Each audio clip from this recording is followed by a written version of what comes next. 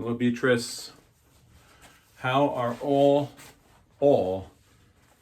of my CMS family members doing this afternoon? Today was a bit of a chore. After school let out, Mrs. Geiger and I ran into the garage and completed packing all of our students' gowns and diploma packets, and they are ready to go. So we may venture out tomorrow, Mrs. Geiger and I, delivering those gowns like some crazy newspaper boy on a bike, but we'll be in a car.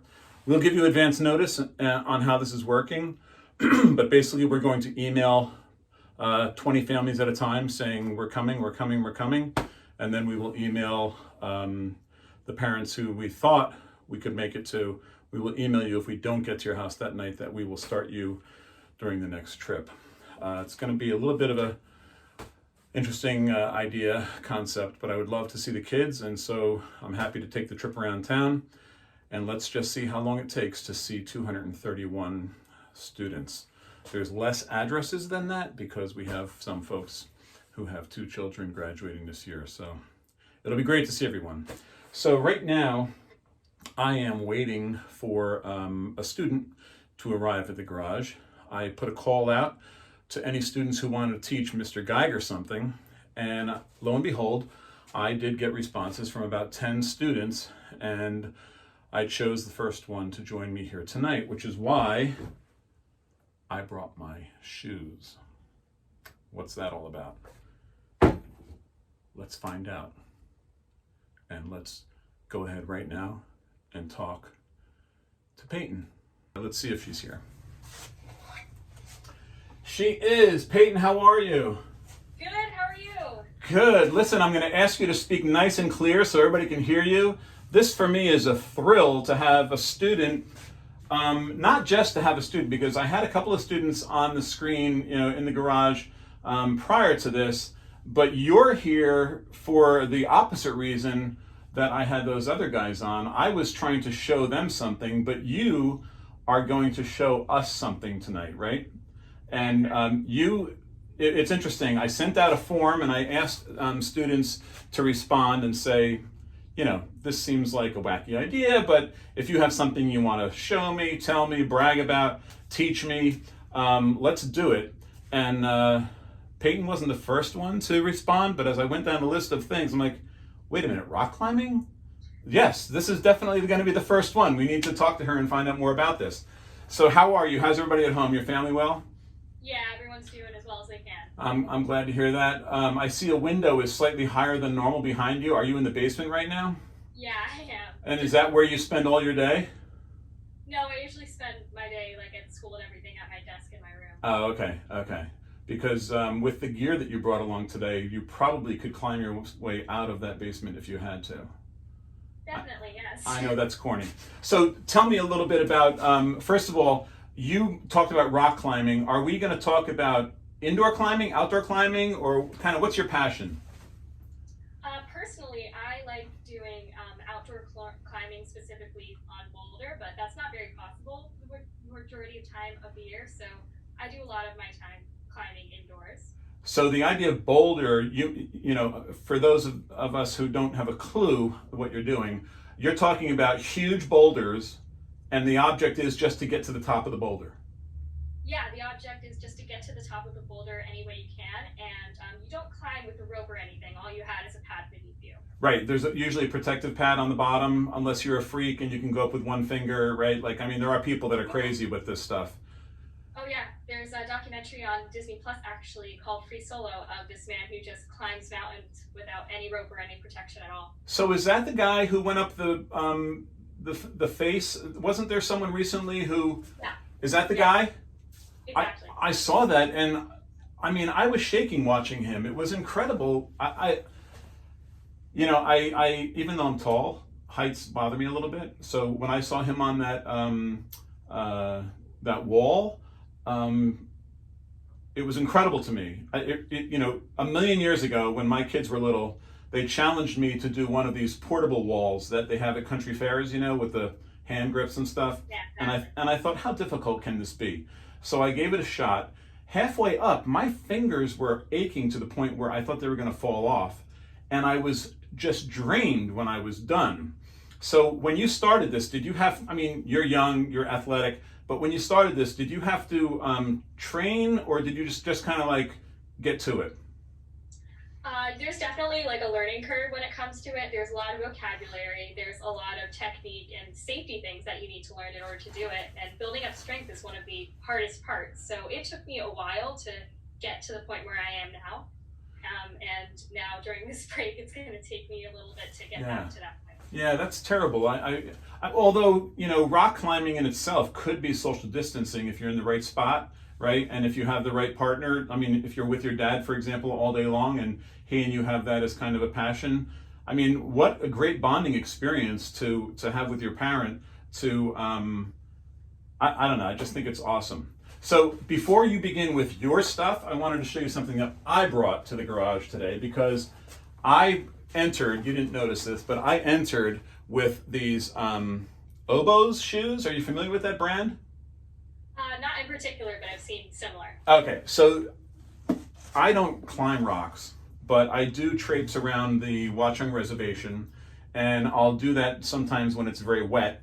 And I used to go in very poor shoes, and I was reading online about a photographer who did photography in nature, and he said, you know, people said, what's the most important piece of equipment you have?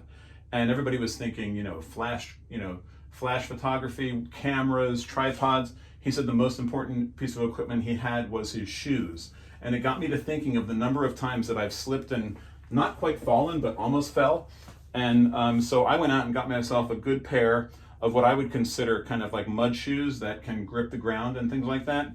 There must be shoes for both interior and exterior, or am I wrong? Are there different shoes for this? No, you're right. Actually, the shoes, I actually have mine right here. They're one of the most important parts as a climber, because honestly, if you can't grip anything with your feet, it's very hard to make your way up the wall, especially when you're like slipping and stuff.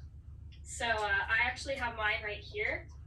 They have a nice like curve in them, and the bottoms are made of rubber, and they're supposed to help you grip. They are kind of painful to wear, and they're not something you'd go walk around town with.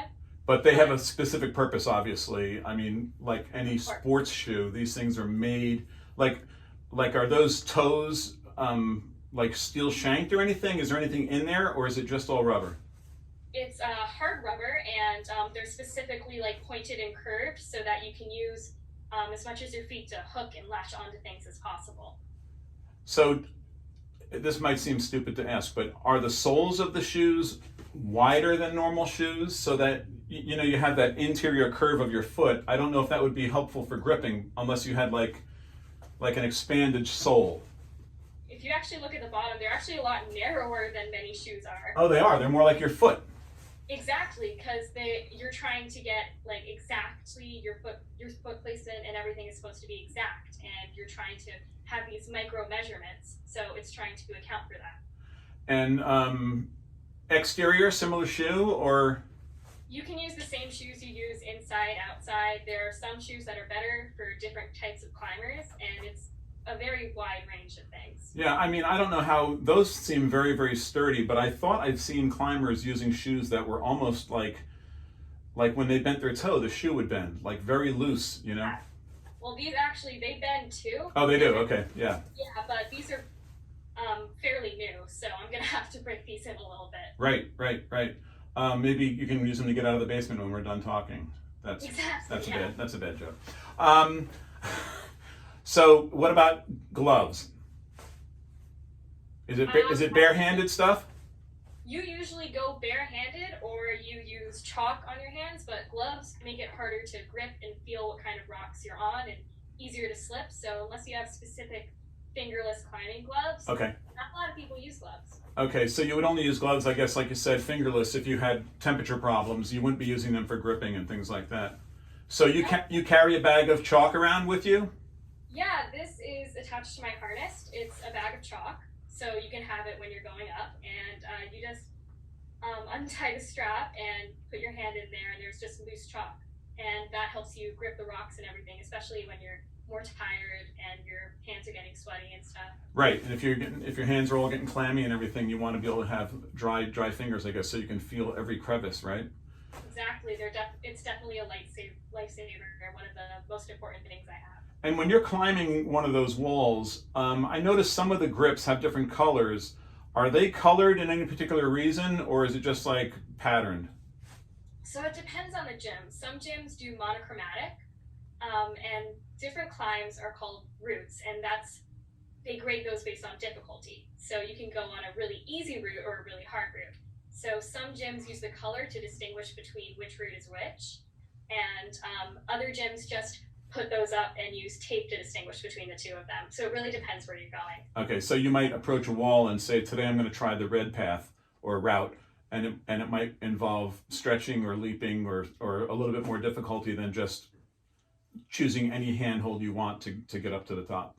Exactly, and that's how they use it in competitions and other sporting events where they'll have people do different colors to change the difficulty. That's how routes are how they gauge a climber's expertise. And aside from people like that gentleman we saw on the face of that rock, who are sponsored by Red Bull and places like that for X Games purposes, are there professional climbers, or is it still in infancy when it comes to that kind of a thing? There are some professional climbers, but usually when you're a climber, you don't really go out and just climb because there aren't a lot of competitions for that. There are national competitions, but those are mainly for youth groups like me. So usually if you're a professional climber, you'd be setting walls, which means you'd work at a gym and be able to create these routes. I see. And do you think this will ever be like an Olympic sport or anything like that?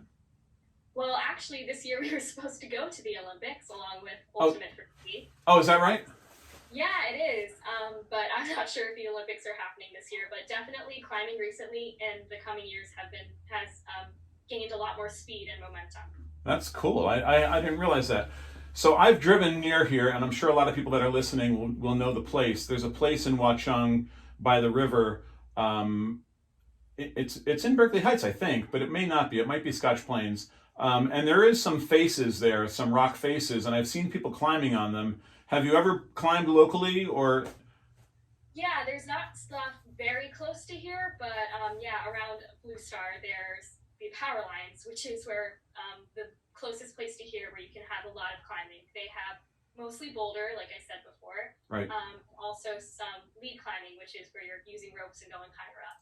So my daughter went to Colorado years ago with us, and she had an opportunity to go out with someone to climb, but knowing that she was a novice, the person did not take her high as much as the person was teaching her to go sideways. I don't know what you call that, but do you know what I'm talking about? Yeah, that's called traversing. Traversing, right.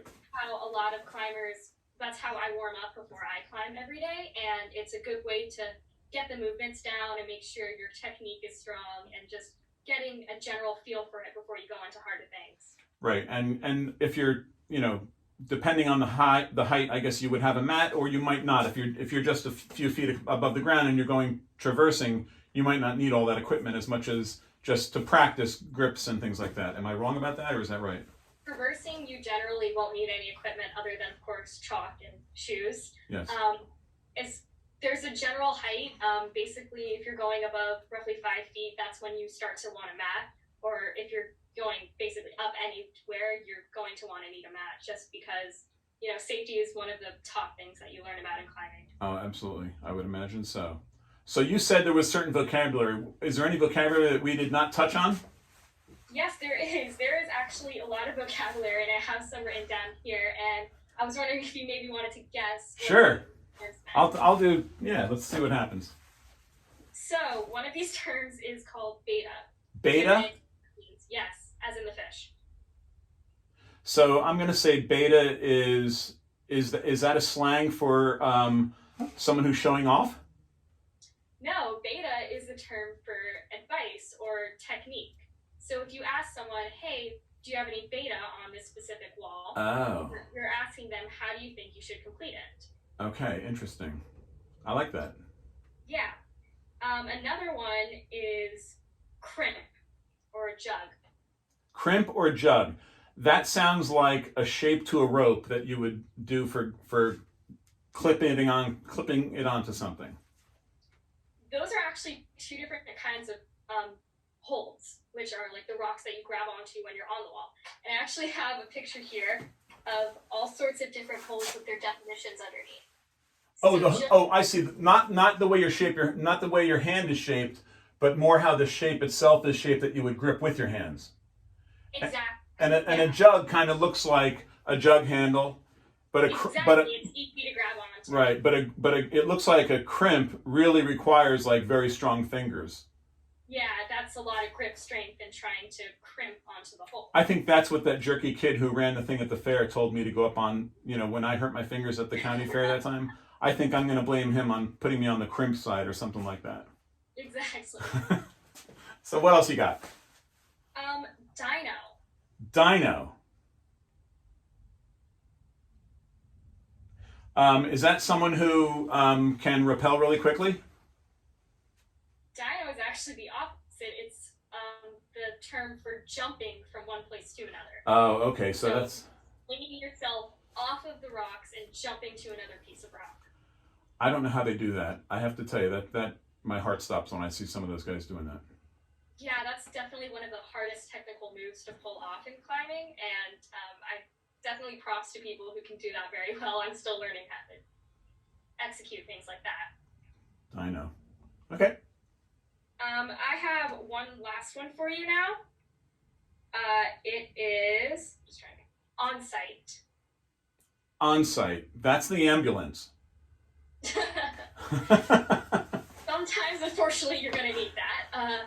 But on-site is the term climbers use to say, for a difficulty, to say, if you can do a difficulty, I'm not going to get into the whole grading system because it's very complex, but if you can say, my on-site is 510, which is a graded climb, you're saying, that's the climb I can look at and be able to execute.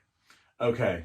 So, like tennis, I don't know if you're familiar with tennis, but tennis has different levels, like two partners that want to play together, you want to find a 3-5 to play against, or a 4-0 or something. So this would be, if you were going out with someone, you'd want to know what their on-site is so that you're not wasting your time, or if you're going to train them, you want to make sure that you're bringing them to a place where you're going to challenge them a little bit more.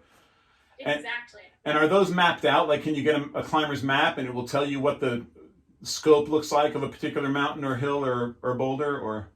Exactly. There's a lot of websites and books specifically that you can use to tell you this specific route or this specific climb is a 5-8, this one, or if you do it this certain way, it could be a 5-9. Things like that. So in the world of social media that we're in, and nobody knows that better than you, Payton, because, being in middle school, it's just, I'm sure you would agree that sometimes it's even way too much. But But that having been said, though, do you use a camera when you're climbing? Like, do you like to film your routes and things like that, or is that not yet in your world, if you will? Usually when I'm with friends or when we're climbing together, I like to take pictures. Or if I'm doing something outside, I definitely like to take pictures. But I never bring a camera or anything on the wall with me. That I usually just try to focus on the climb, focus on my breathing so that I can make sure that I'm safe and just in the moment. Well, I think that's fantastic. I mean, I applaud your dad for getting involved with you in that. I'm sure he's a rough and tough guy because that sport is not for everyone. And I'm going to say two things about it. I think it's fantastic that you're doing something that is so unique. And I know that you're a little unique yourself, and I mean that with with all my heart, Yes, I know. But I think not only that it's unique, but that I think it's great that you have created a route, if you'll pardon the expression, for yourself that probably doesn't mirror a whole lot of people, and yet you've decided that this is something I'm going to enjoy. And I just think that's fantastic. You're to be congratulated. Thank you so much. It's something I enjoy, and it's something that I intend to do for a very long time. Yeah, I mean, I hope to see you one day on one of those Netflix things, and that you are always on the correct route, is it route? Yep, on the correct route, and that your on-site keeps growing and growing. Does that make sense? Yeah, it does. All Good right. use of terminology there. Okay. Hey, Payton, this was so much fun. I appreciate this so much. And please stay safe. And I don't mean because of what we're facing now in this day and age, because I know that you and your family are doing all the appropriate things. But when we do get outdoors, hey, you know, you're going to have my email address forever. I would love it if you sent me a picture the next time you conquered something. To me, it would be a thrill for me to see you in the future doing that. So I want to wish you all the best, and please stay safe. I will do. Thank you. And stay safe too. Thanks. It was great seeing you. You too. Awesome job.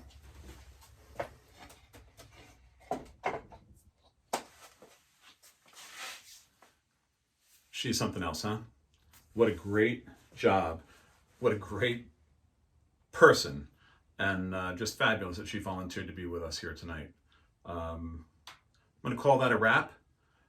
Speaking of wrapping, Mrs. Geiger and I will soon be done with all those graduation gowns and diplomas, and we'll be delivering them to either your house or a house near you very soon. I'll make sure you get advance notice about that. I just wanted to share one thing before we left.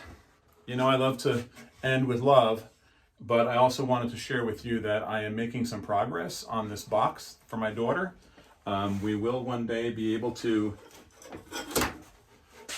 take envelopes at the wedding and drop them into this box that I am creating for her. So I will continue to update you on this bicycle box, but in the meantime, thinking of you all the time and hope that you're all well. Take care.